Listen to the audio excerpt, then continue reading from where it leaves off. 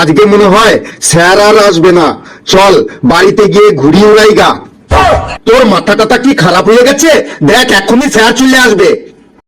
এই সবাই চুপ কর, স্যার চলে এসেছে। Good morning sir. Good morning sir. ঠিক আছে ঠিক আছে, good morning good morning. Felu বললুম স্যার, গার্জিয়ান মিটিং এর পর বাড়ি গিয়ে তোর বাবা পল্টু মস্তান তোকে কিছু বলেনি? বলেছে মানে? বাড়িতে গিয়ে বাবা আমাকে মেরে একদম পাইট পাইট করে ফেলেছে, এমন মার মেরেছে 7 দিন হসপিটালে ভর্তি ছিলাম, এই আজ সকালে ছাড়া পেয়ে স্কুলে এলাম। বেশ করেছে। ঘেটু, গার্জিয়ান মিটিং এর পর বাড়ি গিয়ে তোর দাদু তোকে কিছু বলেনি? স্যার, আমার দাদু আমাকে মারতে মারতে উনি নিজেই অজ্ঞান হয়ে গেছে, এখন উনি হসপিটালের আইসিইউতে ভর্তি আছে। বলিস কি, মার খেলি তুই আর হসপিটালে ভর্তি হলো তোর দাদু? হ্যাঁ স্যার, সকালেই আমি আইসিইউতে গিয়ে দেখে এলাম।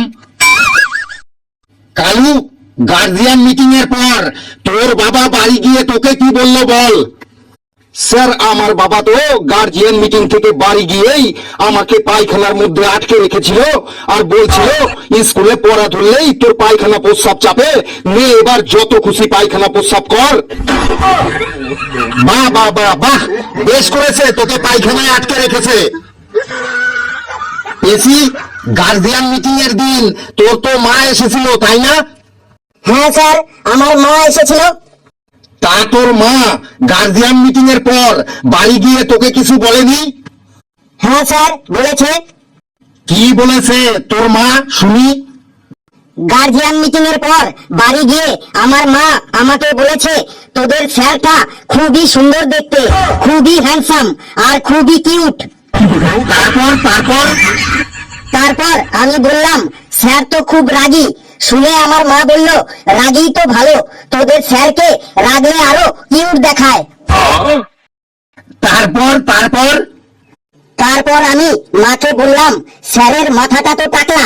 মা বলল মাথাটা টাকলা বলেই তো তোদের স্যারকে আরো বেশি হ্যান্ডসাম লাগছিল। ঠিক আছে ঠিক আছে, আর কিছু বলতে হবে না, আমি সব বুঝে গেছি। স্যার, আপনি কি বুঝেছেন একটু বলুন? আমি যা বুঝার বুঝেছি, তোকে আর জানতে হবে না, তুই একটু চুপচাপ থাক। স্যার, আপনি আমাকে কি ভাষায় প্রশংসা করবেন সেই ভাষাটা কি খুঁজে পেলেন? না, এখনো খুঁজে পাইনি, খুঁজে পেলেই তোকে জানিয়ে দেব। এই জ্ঞানেশ্বর গুণধর লেবু আসেনি এখনো, লেবুকে তো দেখছি না। আরে পল্টুর ছেলে ফেলু আমার টাকা নিয়েছে, দেব দেব বলে ফেলু ফাঁকি দিয়েছে।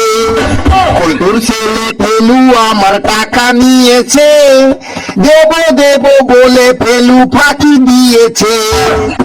আমি যখন হাঁক দিয়ে বসি ফেলু বাজায় বাঁশি, হাগা করে না শুচে কেমন করে আসি।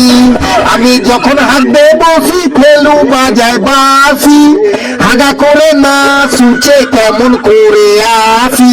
ফেলু তোকে রাস্তাঘাটে যেদিন আমি পাবো, সেদিন দেখবি তোর কেমন বাপের নাম ভোলাবো। ফেলু তোকে রাস্তাঘাটে যেদিন আমি পাবো, সেদিন দেখবি তোর কেমন বাপের নাম ভোলাবো।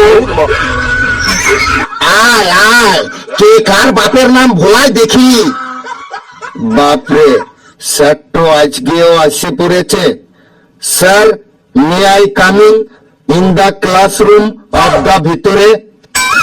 তোকে আর ইংলিশ বলতে হবে না, তুই এত লেট করলি কেন সেটা বল। স্যার, আমেরিকা গেছিলাম তাই লেট হয়ে গেল। তুই আমেরিকা গেছিলি তার মানে? হ্যাঁ স্যার, আমেরিকা গেছিলাম ডোনাল্ড ট্রাম্পের সাথে মিটিং করতে। বলিস কি ভাই লেবু, তুই আমেরিকা গিয়েছিলি ডোনাল্ড ট্রাম্পের সাথে মিটিং করতে? সকালবেলা খালি পেটে কিছু খেয়ে আসিসনি তো? হ্যাঁ স্যার, লেবুর মুখটা একটু শুকে দেখুন তো, সকাল সকাল খালি পেটে ও কিছু খেয়ে এসেছে নাকি? এই তোরা বেশি বকবক করিস না, তোরা চুপ থাক। তারপর লেবু বল, ডোনাল্ড ট্রাম্পের সাথে তুই কি মিটিং করলি? স্যার, মিটিং তো করতে গেছিলাম, কিন্তু মিটিং তো হয়নি, মিটিং তো ভেস্তে গেছে। কেন মিটিং হয়নি কেন? স্যার, আপনিও লেবুর ওই পেদা কথা এত সিরিয়াস ভাবে মন দিয়ে শুনছেন? হাবলু তুই চুপ কর, বল লেবু, মিটিং হয়নি কেন? স্যার, প্রথমে আমি প্লেনে করে আমেরিকা গেলাম, তারপরে প্লেন থেকে নেমে টোটো ধরে খুঁজতে খুঁজতে ডোনাল্ড ট্রাম্পের বাড়িটোতে গেলাম। ডোনাল্ড ট্রাম্পের বাড়িটোতে গিয়ে চপ মুড়ি খেয়ে যে মিটিংটোতে বসবো, আর অমন সময় আমার বাবা আমাকে জোরে জোরে ডেকে ঘুমটা ভাঙান দিল। তার মানে তুই স্বপ্ন দেখছিলি, তাই তো? এই ঘেটু, বাইরে থেকে একটা মুগুর নিয়ে আয় তো, ওর ডোনাল্ড ট্রাম্পের সাথে মিটিং আমি ছোটাচ্ছি। স্যার, মুগুর দিয়ে কি হবে বটে? মুগুর দিয়ে কি হবে? মুগুর দিয়ে আজ আমি তোকে আচ্ছা করে ধুলাই করব। সরি স্যার, আর কখনো করব নাই। আর কখনো কি করবি না? ডোনাল্ড ট্রাম্পের সাথে মিটিং। আবার সেই ডোনাল্ড ট্রাম্প? যা, জায়গায় গিয়ে বস। এই, তোরা সবাই হা করে দেখছিস কি? বসে পড়। স্যার, মুগুর আনতে যাব। যা, তোদের যদি মুগুর খাওয়ার ইচ্ছে থাকে তাহলে যা, নিয়ে আয়। না স্যার, আমাদের মুগুর খাওয়ার ইচ্ছে নেই। তাহলে চুপচাপ বসে থাক। শোন, আজ তোদের একটা ইন্টারেস্টিং ক্লাস নেব, very very interesting class. Sir, কি ইন্টারেস্টিং ক্লাস নেবেন? তাড়াতাড়ি বলুন স্যার, তাড়াতাড়ি। সবাই মন দিয়ে শোন। বর্তমান যুগে এই দুনিয়ায় কেউ কাউকে বিশ্বাস করে না। সেটা সম্পর্কে তোদের কার কি অভিজ্ঞতা আছে সেটা তোরা এক এক করে বলবি। লেবু, প্রথমে তুই বল, বর্তমান যুগে কেউ কাউকে বিশ্বাস করে না, সেটা তুই কি দেখে বুঝতে পেরেছিস? তোর অভিজ্ঞতাটা বল। স্যার, আগেকার দিনে সব দোকানের সামনে লেখা থাকতো কাস্টমারই আমাদের ভগবান বটে, আর এখন সব দোকানের সামনে লেখা থাকে আপনি সিসি ক্যামেরার আওতায় আছেন বটে। এর থেকেই বোঝা যায় যে দোকানদাররাও আর কাস্টমারকে বিশ্বাস করে না, তাই এই দুনিয়াটাতে আর কেউ কাউকে বিশ্বাস করে না বটে। বাহ লেবু বাহ, কে বললো তোর বুদ্ধি নেই? তুই একদম ঠিকই বলেছিস, বসে পড়। এবার কালু, তুই বল, এই দুনিয়ায় কেউ কাউকে বিশ্বাস করে না, সেটা তুই কি দেখে বুঝতে পেরেছিস? স্যার, গতকাল আমি বাবার সাথে ব্যাংকে গেছিলাম টাকা তুলতে।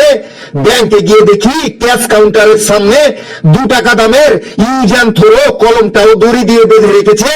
এর থেকে আমি বুঝলাম বর্তমানে এই দুনিয়াতে কেউ কাউকে আর বিশ্বাস করে না, তাই চুরি হয়ে যাবার ভয়ে 2 টাকা দামের কলমটাকেও দড়ি দিয়ে বেঁধে রেখেছে।